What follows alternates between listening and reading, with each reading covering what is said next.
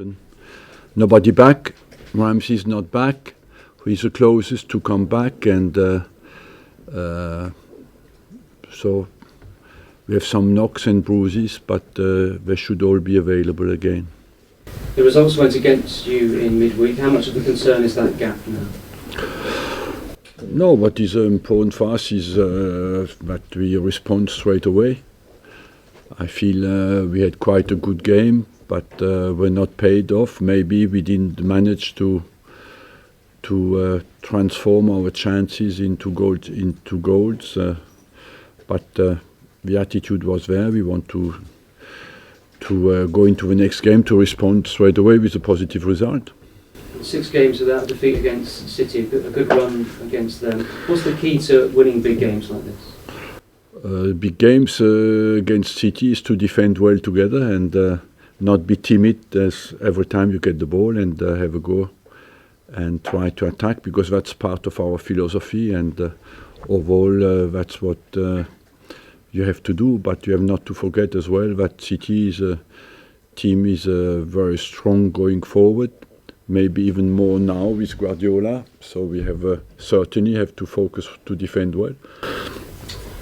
Arsene, thanks for your time. You mentioned Aaron being the closest to being back. Do you have a hope or a date on that? Next week, I believe we should be back in the squad in normal training.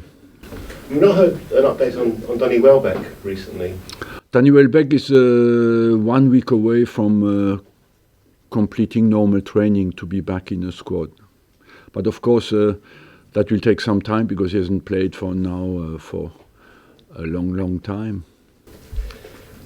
I'm going to annoy you by asking you about Alexis Sanchez again. He's in the papers yet again, headlines surrounding his future. Got any update at all regarding any offer that may have been made to him from the Far East? No. It would seem that Manuel Pellegrini wants to take him to China, or that's certainly the suggestion, on a big wage, £400,000 to £500,000 a week. Can I just ask you though, on that, there's no financial fair play there, is there? Is that a disadvantage for clubs in Europe? Where? In China. I don't know. If people want to go to China, they go to China. But you can understand that I have completely different worries than China today, ahead of a Manchester City game. It's not something that a player might start to use as a negotiating tool, throwing a big wage offer as a club when it's negotiating time. Look, I think I closed that subject. I believe that nothing more to add to that. Ronald Koeman suggested that, implied that you were a bad loser because he said you always blame the referee when he beats you, and he's beaten you quite a lot. Mm-hmm. You obviously don't like losing. How do you react? Look, in my job, people who like losing, I believe me, they don't last a long time. And concerning the referee, yes, I don't agree with the performance of the referee against us on Everton on Tuesday night, but I didn't say a word about it. And it's the old trick that the journalists, young journalists, who are very ambitious, do. They take a lie into a question for the next manager, and they hope he responds to it. So if you read well what I said after the game, you will see that I didn't say a word about the referee. So as a very old journalist, could you tell me? You're not. I would say you're not a very old journalist. For me, you're a young journalist. Could you tell us how you respond, how you like to respond as a manager and see your players respond to a defeat? I think it's March, the last time you went back-to-back defeats. What we want to respond is in a very positive way and with a positive result. That's. I believe we are on a long-term target. We have a long-term target in front of us, is to fight for the Premiership. So we know that when you have a target like that, you go for disappointments, and the way you respond to it is most important. How different is playing Pep's Manchester City to playing Pep's Barcelona or Bayern Munich? Because your record against these teams isn't great. We beat them, as well, and but of course, how different, I don't know. We'll see on Sunday. Why do you think Manchester City are inconsistent? I don't know. Honestly, it's not my main subject and preoccupation at the moment. I believe that in the Premier League, every game is difficult, and every game has its own difficulties and uncertainties, and every game is a fight. And the teams who are exposed in the Champions League, like they are, like we are a bit more exposed during this period, because they played midweek, we played midweek as well at Basel, and we had 3 away games out of 4, and I believe we paid a little bit the price at Everton, like they must do sometimes when they go to a Premiership game, because everybody physically is at his top.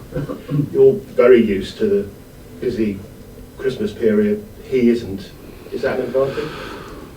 No, because the players he has are used to it, and there are now players who play for a long time in a Premiership, and they know that Christmas is a bit. Christmas period is special. I've got our contracts, but as a final point, I'll come back to it because you're obviously not going to be that keen to talk about Sanchez. Giroud and Coquelin, what's the situation with them at the moment, contract-wise? Again, as soon as we have some news, we will inform you. And the suggestion is that Kieran Gibbs probably won't be offered a new deal. Is that correct? Again, exactly similar. We cannot make a case of every single contract negotiations. I think that Gibbs should stay here. So. Arsene, what did you expect from Pep Guardiola in his first 6 months in England, and has he met those expectations? That he brings his philosophy through, and you have to accept that he tries to do that. I respect the fact that he has first the philosophy and way to see football that I respect, and overall you expect him to put that print into his team. Is this, for any supporter of the Premier League, the perfect match, Arsene against Pep, with the philosophy in mind? What you want of a top level game is that it responds to the level of expectation quality-wise, and so I hope that both teams will achieve that. Do you think it will happen? Will we? I think it will happen, yes, of course, because I'm a positive man, and I expect always a big game to be something special, that special achievement, but as well special performance and special experience for people who love football, yes, of course. Is there a possibility we might see Olivier start because of the physical side that he brings to the game? Look, at the moment I haven't, we are 48 hours before the game. I haven't decided that. And is it an advantage, the physical side, that City perhaps need to watch their conduct on the pitch, particularly after Chelsea? Will they be mindful of that, in your opinion, how they react to challenges and behave on the pitch? We expect the team who plays against us to be fully committed, and I must say we are not often disappointed, And overall, I expect this game to be, of course, of high intensity physically, but you want it to be fair, and get the referee to make fairness and the rules respected. And video replays have been used for the first time in a major football tournament in the Club World Cup. Did you see the match, and what do you think about it being used? I'm a long time fan of it, and I believe that looking at the referees, at the speed of the game, the quality of the referees, I think they need help, and that video can be of a very good assistance. Would you like to see it next season in the Premier League? I would like to see it tomorrow morning. Arsene, have you been surprised by some of the criticism that Guardiola has received about his preferred style of play over here? Yes and no. Yes, because his CV is impeccable, and no, because that's part of our game and of modern life in our job. Is it a sign, though, that within England we are still quite conservative about innovation within football? I don't think so. I believe that people love really football in this country, and is a big passion for the game, and I respect that hugely. But as well, people want their team to win, you know, and on top of that, people are impatient as well. The modern society is like that, and that's why. That's the only unique explanation, in my opinion. Looking back to the Everton game, how concerned were you by they scored 2 headed goals? Did you struggle to cope with their overall aggression? Is that a worry? Not so much, because look, I'm concerned that we conceded 2 goals, and being 1-0 up, of course, because we conceded 2 headers. But overall, you must say as well, it's the second game we lost in 2016 away from home, so our away record is quite very strong. And so one game is not should not be too much of a concern. What is a disappointment is that we lost the game.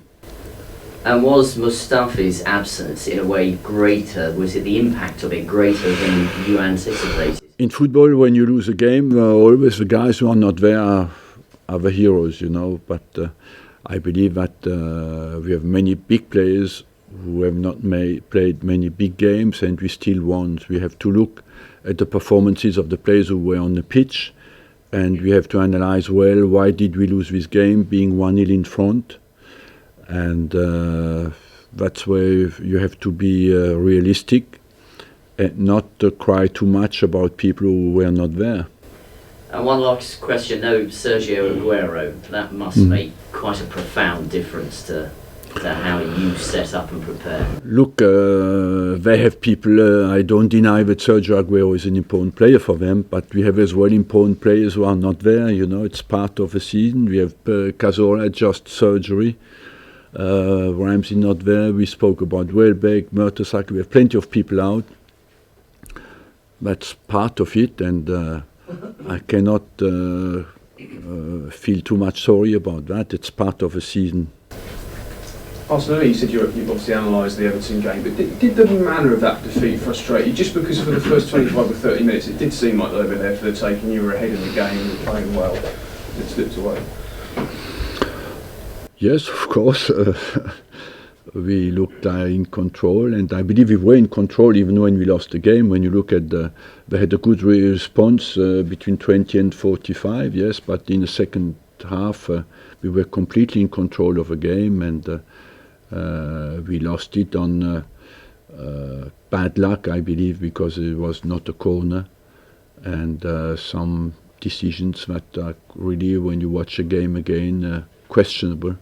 But that's part of it. The response we have to say, could we have won the game despite that? And I say yes, and that's where we have to be objective and analyze. We can only master what we can influence ourselves, and that's what where maybe we have to analyze that well and not look for excuses, but really see where we failed to win the game. Is another big game like this the ideal game to get a reaction? No, I believe that the ideal game is we can make it ideal if we respond well, you know. And for years there was a big sort of financial gap between the two clubs, particularly while you were driving the stadium debt down. Do you feel that's reduced now? It has reduced. It's still there, but that as well, I believe we have a needed quality not to look that the financial difference is a little bit the reason why we should not win the game. During that period you sold a number of players to City. To City, yeah, they have good clients. Do you feel in a stronger position now, though, to retain your top players and not as vulnerable to having to sell them on to Yeah, City? we are. Why do you feel that? Because I feel today that we can give financial satisfaction and sportive ambition and values that the players can make the players happy at this club. Before, maybe the financial gap was too big a difference to keep our players, and as well, was not even we could not compete. We could not. We had to sell players. and you've made your position on Sanchez and Ozil very clear, but is there any concern at all that... There's no concern. I answer you straight away before I get your question. No, the question, I mean, their form has been superb this season. Sorry? Their form's been great this season, particularly Alexis, but is there any concern that the longer this goes on that their form might be affected? There's no concern, not at all. Why are you confident about that? Because it's becoming a bit of a saga, isn't it? Being asked every week about Alexis and Messi. Yeah, but you waste your time because these players have 18 months contract, and I don't see why there's any urgency in every press conference to have that questions. Maybe you lack a bit creativity in the newspapers, and you come always up with the same subject, but I don't see why that should turn up in every single press conference. Do you have more faith in this team producing you an immediate response when you've lost than perhaps last season? I have confidence in this team, and more or less I have always confidence in my teams, and I believe that we have a good record in 2016, and that the team has moved forward, and we have a good opportunity to show that. You spoke about how there's an impatience in football. Are you aware of that going into this tie, that back-to-back defeats, there's an impatience from the Arsenal fans? Yes, of course, I want our fans to be happy and confident in our team, and the best way to do that is not to have back-to-back defeat. I don't see... it's a big game, and you have to be positive before a big game. Okay, thank you. Thank you.